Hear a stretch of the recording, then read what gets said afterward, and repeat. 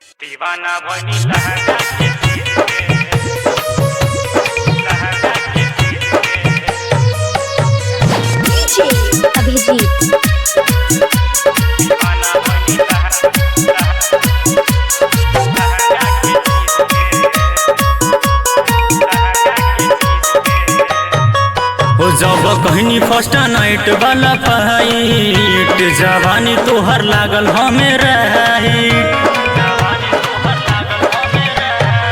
कि जब कहनी फर्स्ट नाइट वाला फाइट जवानी तोहर लागल हमें राइट हो जी खानी तोहार हम भईनी रे माँ तो दवाई दे दे अपना मरीज के।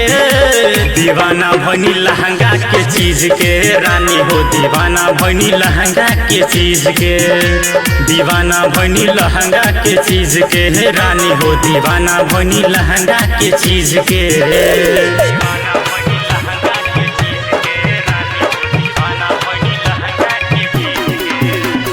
डीजे अभिजीत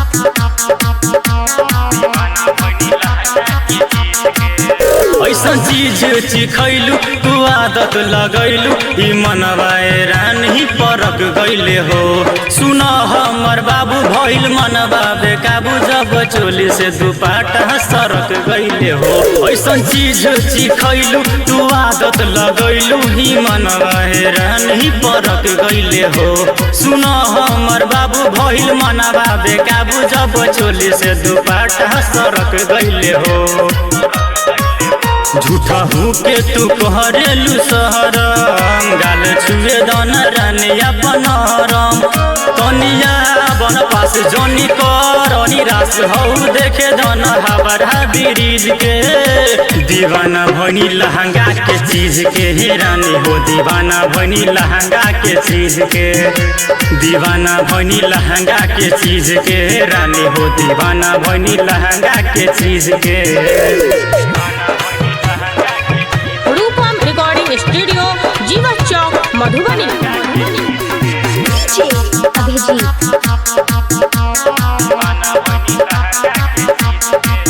बात आनंद के बूझ न ऐसे तू जुझ कुछ कहला पघरवा में घुस जालू हो। बट नया जवानी बना दी कहानी बिना बाते के रानी तू तरुस जालू हो। बात आनंद के बूझ न ऐसे तू जुझ कुछ कहला पघरवा में घुस जालू हो।